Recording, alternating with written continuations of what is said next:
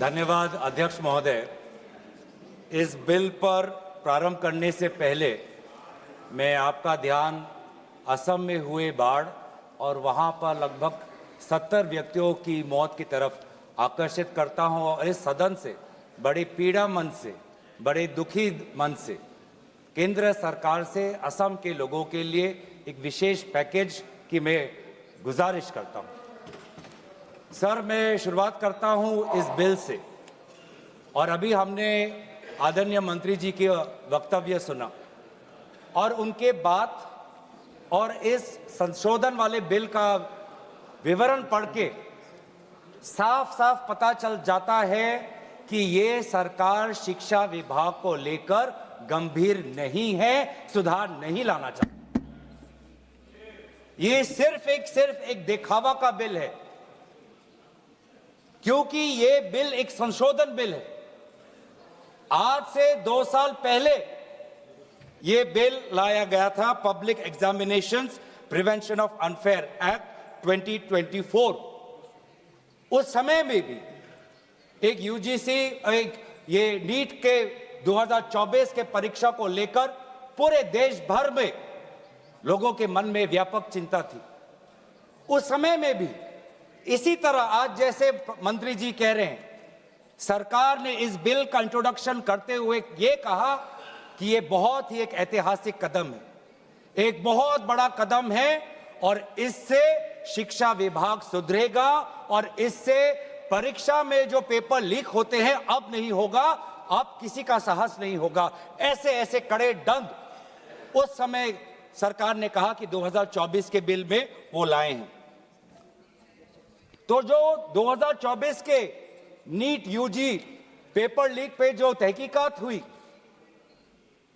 जो इन्वेस्टिगेशन हुआ, मैं पढ़ना चाहता हूं उसकी स्थिति आज क्या है, ताकि पता तो चले कि ये सरकार 2 साल पहले जो नीट परीक्षा को लेकर जो व्यापक भ्रष्टाचारी हुई उसको लेकर यह सरकार कितने गंभीर है। बहुत दुख के साथ मैं कहना चाहता हूं कि एक अखबार में आर्टिकल आया 2026 में कि जो 45 व्यक्ति थे जो चार्जशीट हुए थे नीट यूजी 2024 पेपर लीक के मामले में, 45 में से 44 को बेल मिल चुका है।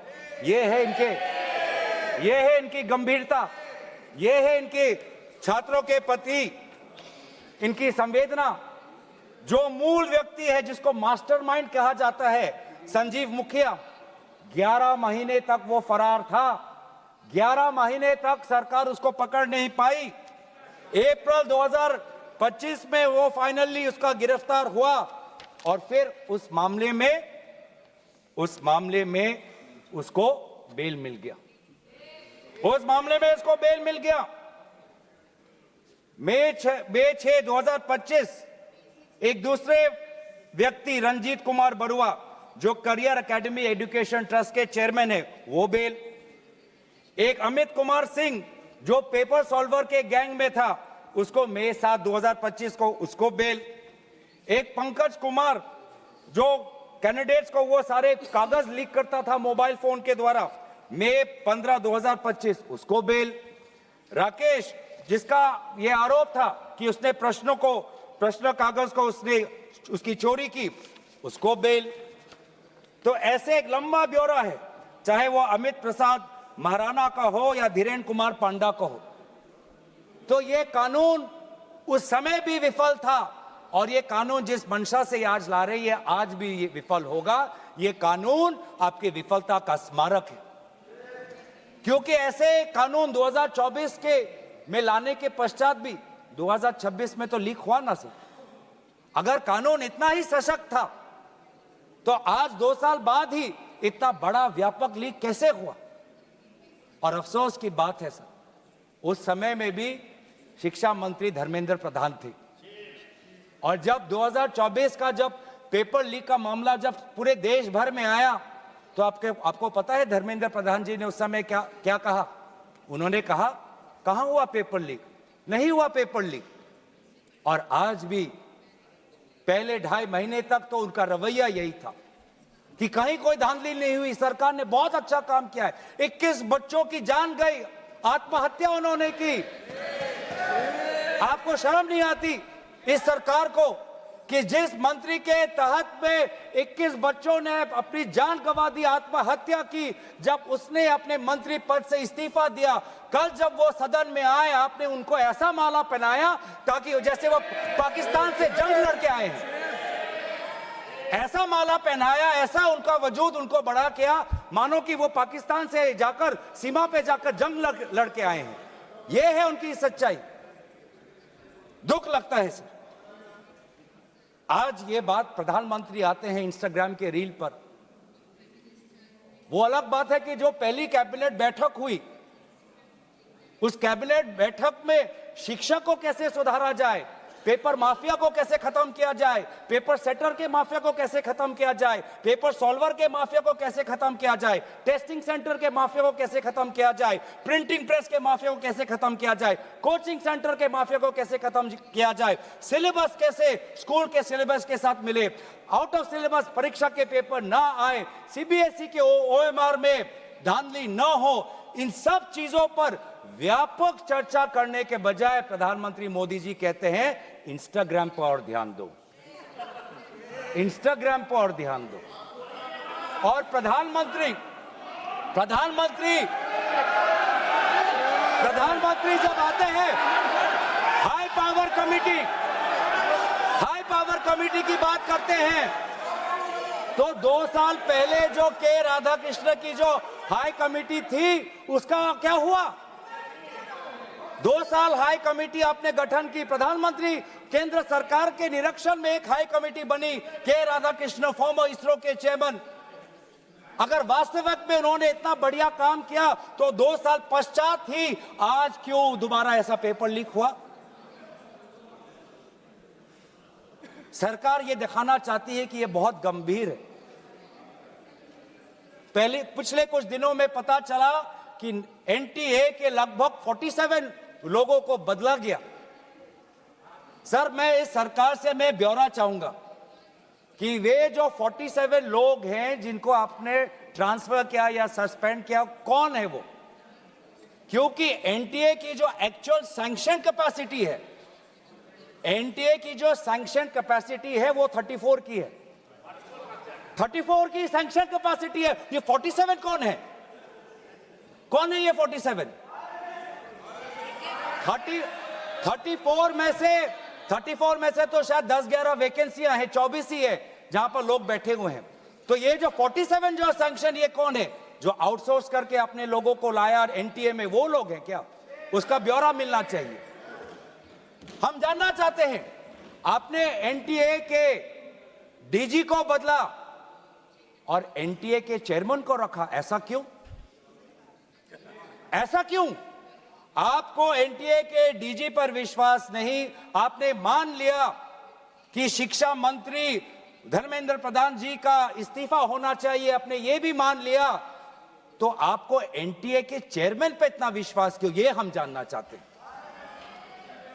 सुनाई दे रहा होगा सर, एक विशेष संगठन के साथ जुड़े हुए हैं, उसका ब्यौरा देख लीजिए, एनटीए के चेयरमैन का ब्यौरा देख लीजिए। इससे पहले वह मध्य प्रदेश के पब्लिक सर्विस चेयरमैन के वो कमीशन के चेयरमैन थे, और उस समय में भी धांधली हुई,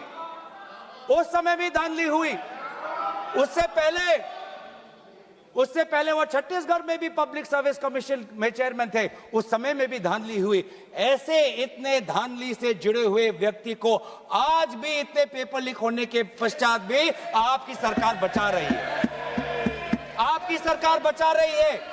जिस एनटीए के द्वारा 21 बच्चों ने आत्महत्या की, आज भी वो चेयरमैन बचा हुआ है। क्यों? क्योंकि वो एक विशेष संघ के साथ जुड़ा हुआ है।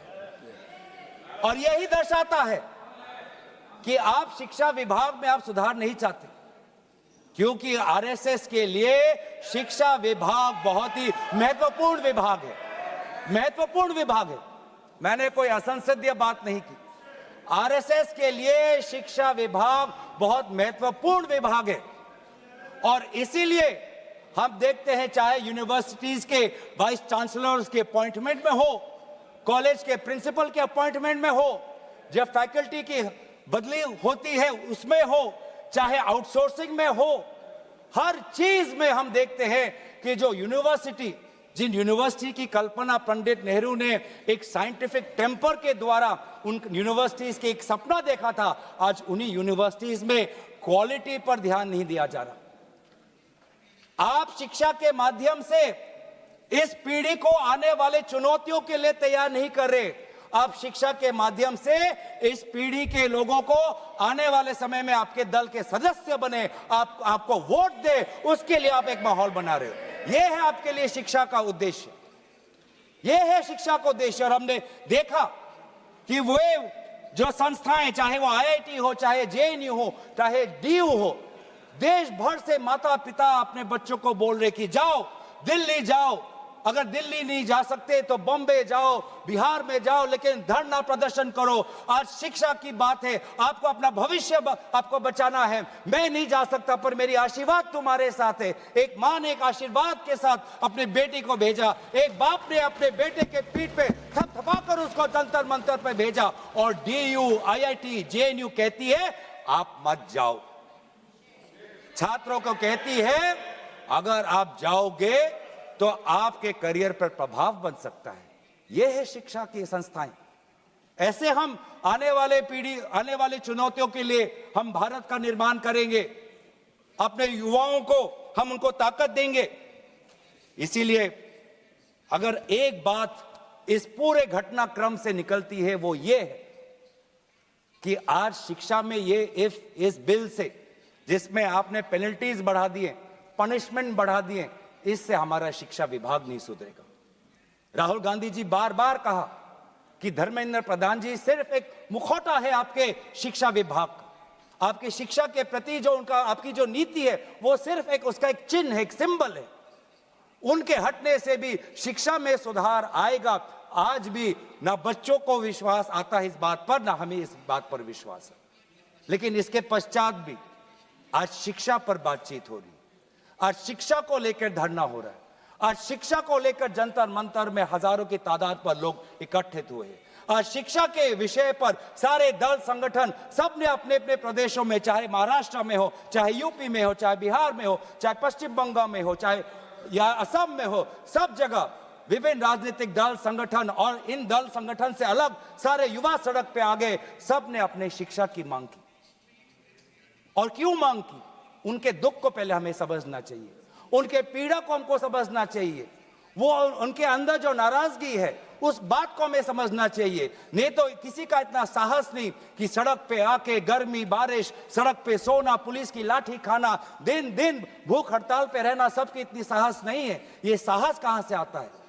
ये साहस आता है उस दर्द से, जिस दर्द में अपने भविष्य को लेकर वो विवश हैं, जिस दर्द में अपने देश के भविष्य को लेकर वो विवश है, जिस दर्द को वो आज के समाज में उसको व्यक्त भी नहीं कर सकते, सरकार से सवाल भी नहीं पूछ सकते। और बहुत ही बढ़िया एक व्यक्ति ने इस पूरे जो दर्द है, इस दर्द के बारे में बात करते हुए गोपाल दास नीरज के गीत की बात करता है। वो व्यक्ति जिस व्यक्ति से राहुल गांधी जी मिलने गए, उसने कहा, उसने हमें याद दिलाया कि नीरज की वो पंक्तियां, स्वप्न झरे फूल से, मीत चुबे शूल से, लुट गए सिंगार सभी, भाग गए बबूल से, और हम खड़े खड़े बहार देखते रहे, कारवां गुजर गया गुबार देखते रहे। ये बच्चों की वो दुख है। क्या करें? हमारे पास पैसे नहीं है इतने कि हम पेपर खरीद पाएं। 30-30 लाख का पेपर हमें खरीदने के पास, हमारे पिताओं के पास इतने सामर्थ्य नहीं है। वो दुख है, वो नाराज है, और इसीलिए जब वो दुख से वो लड़ नहीं पाते तो आत्महत्या पर आ पड़ते। और एनसीआरबी में सर, आज देश की ये व्यवस्था, देश की असली ये है कि आज एनसीआरबी में, नेशनल क्राइम रिकॉर्ड्स ब्यूरो में, ये भी एक कारण है कि आत्महत्या हुई क्योंकि वो बच्चा एग्जाम में फेल हुआ। ऐसा भी एक कारण आ गया है। बच्चों की आत्महत्या, छात्रों की आत्महत्या लगभग 1 लाख से ऊपर बढ़ चुकी है। 1 लाख से ऊपर, जिसमें से 2000 ने तो साफ साफ कहा है, 2400 ने साफ साफ कहा है कि मैं फेल हो गया और इसीलिए मैं सुसाइड ले रहा हूं। बहुत लोग बच्चों ने फैमिली पारिवारिक कारण से, फैमिली रीजन से वो आत्महत्या उन्होंने की, लेकिन इसके पश्चात भी वे युवा आए, वो चाहे गुजरात से हो, वो चाहे महाराष्ट्र से हो, चाहे विदेश से हो, चाहे दक्षिण भारत से हो, महाराष्ट्र से, वो सब आए। और जब वो आए और दिल्ली की गर्मी, दिल्ली के बारिश से जब वो जो उन्होंने उसमें जो दर्द है, उसमें जो संघर्ष है, उस संघर्ष को याद करते, उस संघर्ष को झेलने में उन्होंने याद किया सावित्री बाई फुले को। वे लड़कियां जो आई थी, ऐसे बहुत लड़कियां थी जिन्होंने रील पे कहा कि मैं अपने माता पिता को बिना बोले में जा रही हूं क्योंकि मुझे लड़ना है। ऐसे भी लड़कियां थी जिन्होंने कहा कि मैं छात्र नहीं हूं, मैं काम करती हूं, लेकिन मैंने भी कुछ साल पहले नीट का परीक्षा दिया था, मैं पहले अटेम्प्ट में मेरा पेपर लीक हो गया, कितना मानसिक मेरे पे दबाव बना मैं खुद समझ सकती हूं। आज अगले पीढ़ी के साथ, जिस समय मैं खड़ी नहीं हो पाई, मैं बाहर नहीं आ पाई, लेकिन आज अगले पीढ़ी के साथ मैं खड़ा होना चाहती हूं, मैं जाऊंगी आज। ये सब वहां पे आए क्यों? क्योंकि उन्होंने इतिहास को याद किया कि जिस प्रकार से सावित्री बाई फुले हो या फातिमा शेख हो, जिस प्रकार से समाज ने उन पर उत्पीड़न किया, लेकिन वो कभी भी अपने बाग से हटे नहीं। युवा लोग आए, एक लड़का था हरे शर्ट में, वो पुलिस को बोल रहा कि आ मार, मुझे मारो, मारो सर मारो। उसमें वो भगत सिंह का जज्बा हमें दिखाई दिया।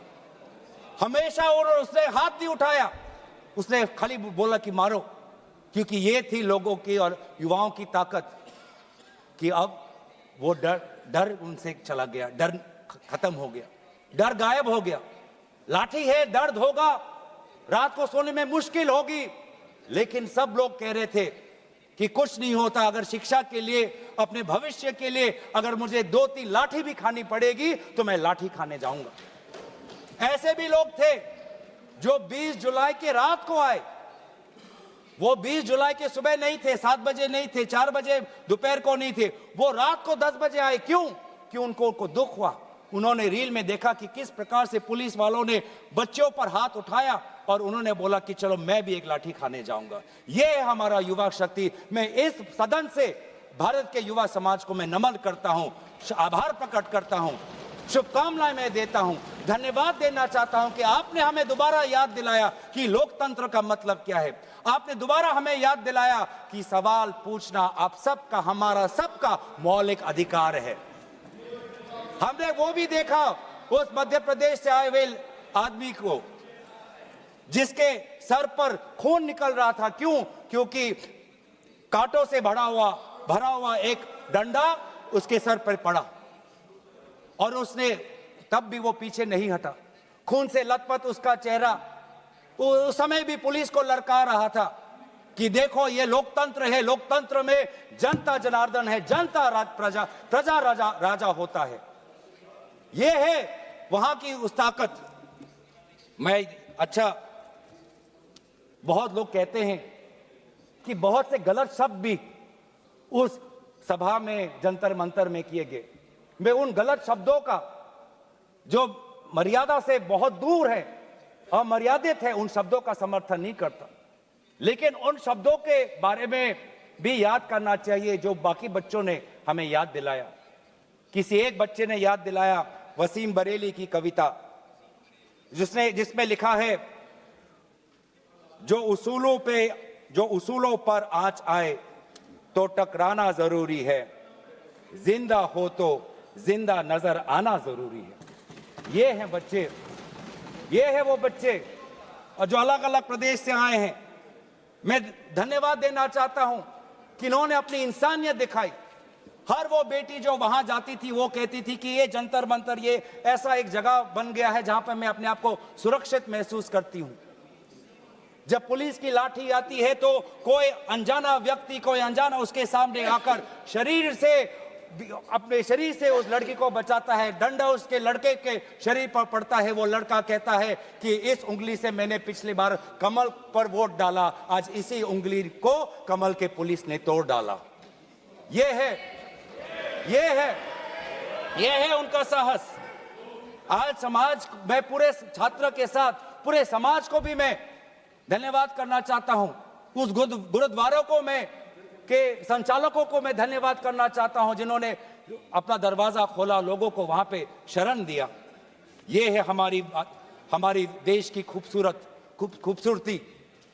मैं धन्यवाद देना चाहता हूं कि देश भर से लोगों ने फोन किया कि मैं वहां जा नहीं सकता, लेकिन स्विगी के द्वारा उन बच्चों को खाना तो पहुंचा सकता हूं।